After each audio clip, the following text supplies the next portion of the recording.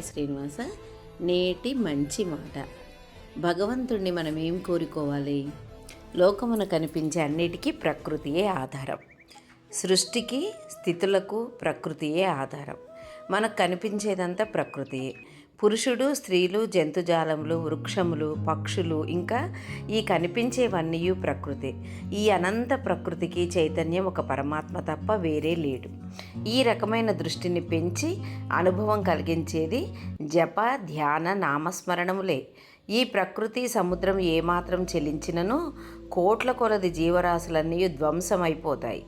ఈ ప్రకృతిని నమ్ముకొని శాంత సౌఖ్యాలు ఎల్లవేళలా ఉండటం అనేది దుస్సాధ్యం. ఈ ప్రకృతిని లోపరుచుకున్న పరమాత్మ యొక్క అనుగ్రహానికి ప్రార్థిస్తేనే ఎప్పటికైనా శాశ్వత ఆనందమును పొందగలవు. లోకంలో మనం చూచు పదార్థములన్నీ అశాశ్వతంలే. నేడు ఉండి రేపు ఉండకపోవచ్చు. కనుక లోకమున ఏ వస్తువైనా కోరవలనన్నా ఒక్క పరమాత్మనే కోరవలెను. అటుల కాక పిల్లలను, ధనమును, సర్వసౌఖ్యములను కోరేవారికి వారు చెప్పక వదిలి వెళ్ళినప్పుడు తీవ్ర వ్యధ కల్పించుకొనుచున్నారు. అలా చేసుకుంటే పునరపి జననం, పునరపి మరణం తప్పదు కదా.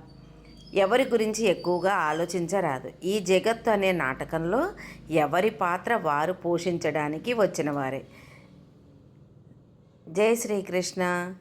సర్వం శ్రీకృష్ణ చరణార విందార్పణమస్తు.